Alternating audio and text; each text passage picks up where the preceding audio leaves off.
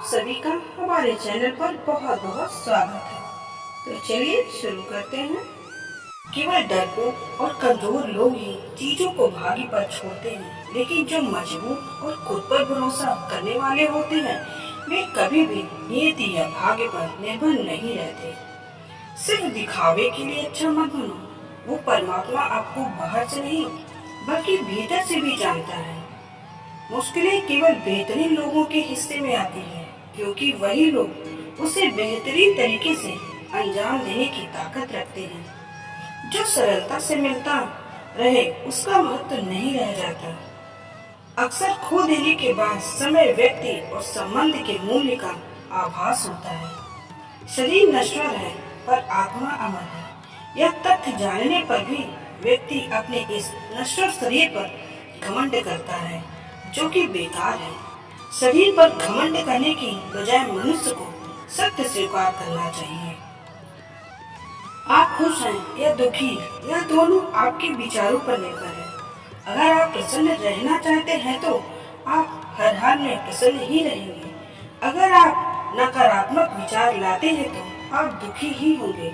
विचार ही हर व्यक्ति का शत्रु और मित्र होता है। मैं हर दिल को एक मंदिर की तरह देखता हूँ। जो दिल जितना सुंदर होता है वहाँ मैं उतना ही अधिक ठहरता हूँ।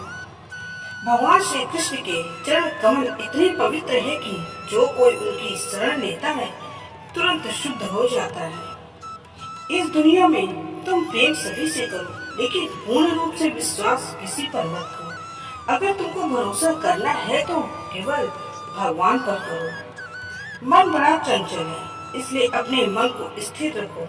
उसको कभी व्यथित मत होने दो। आपने जो कुछ भी किया वह आपके साथ एक दाग की तरह चलेगा, इसलिए अपने कर्म में शुद्धि लाओ। बुरे विचार मन को दुखी और परेशान कर सकते हैं, लेकिन जब आप भगवान में विश्वास करते हैं तो भगवान स्वयं आपकी सब परेशानियां दूर करने आते हैं। मैंने अभी तक तुम्हारी शरण में आने के प्रस्ताव को स्वीकार नहीं किया, क्योंकि तुमने अभी तक पूर्ण रूप से समर्पण नहीं किया। जब तुम शुरुआत करोगे तो स्वाभाविक रूप से तुमको असफलता मिल सकती है। कई बार तुमको गिरना भी पड़ सकता है, लेकिन इसका मतलब यह नहीं होना चाहिए कि तुम उस काम को करना छोड़ दो। एक समय आएगा जब तुम परिपूर्ण हो जाओगे और तुम्हारे सभी काम सफल हो जाएंगे। इस काम में मैं हमेशा तुम्हारे साथ खड़ा रहूंगा। मैं तुम्हारे हर छोटे बड़े कर्म में साथ दूंगा। तुम्हारा जो दिल करे उसको करो, लेकिन नम्रता और सरलता के साथ करना, अहंकार के साथ नहीं।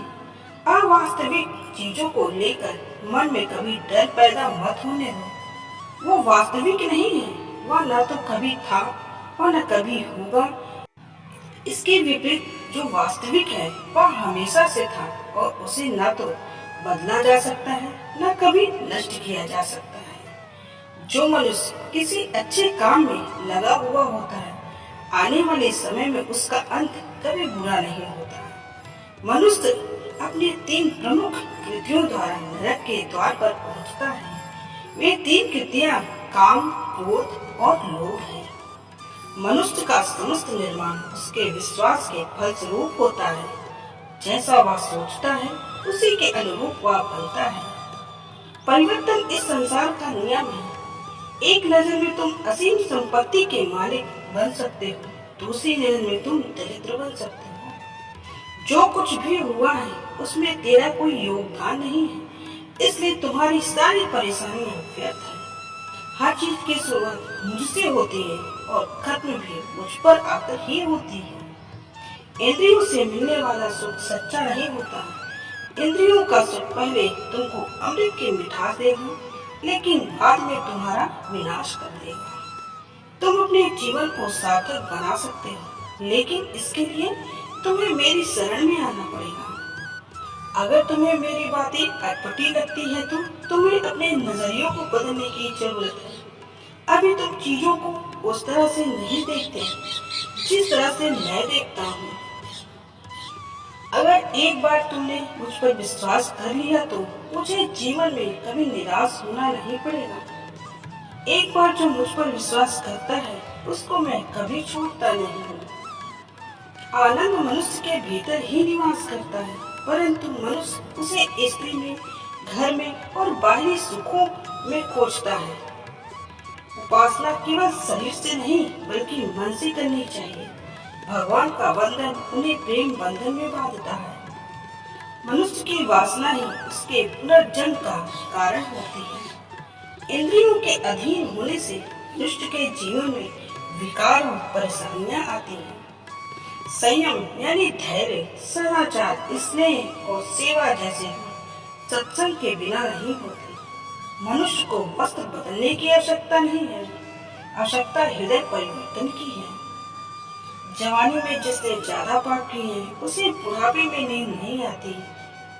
भगवान ने जिसे संपत्ति दी है उसे गाय अवश्य रखनी चाहिए। जुआ, मदिरापान, पर स्त्री गमन, हिंसा, असत्य, मंद, आसक्ति और निर्दयता, इन सब में कलयुग का वास होता है। अधिकारी शिष्ट को सद्गुण अवश्य मिलता है। मनुष्य को अपने मन को बार बार समझाना चाहिए कि ईश्वर के सिवाय उसका कोई नहीं है। साथ ही यह विचार करना चाहिए कि उसका कोई नहीं है। साथ ही वह भोग में क्षण भर के लिए सुख है, साथ ही त्याग में स्थायी आनंद है।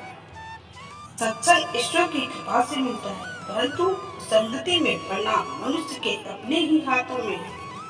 इसी का धर्म है कि रोज तुलसी और पार्वती का पूजन करें। मनुष्य को अपने मन और बुद्धि पर विश्वास नहीं करना चाहिए, क्योंकि ये बार बार मनुष्य को दगा देते हैं। खुद को निर्दोष मानना बहुत बड़ा दोष है।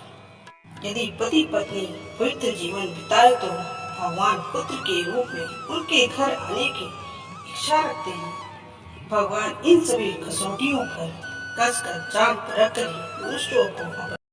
आप सभी को मेरी कहानी कैसी लगी मुझे कमेंट करके जरूर बताएं और एक लाइक, शेयर, सब्सक्राइब जरूर कीजिए।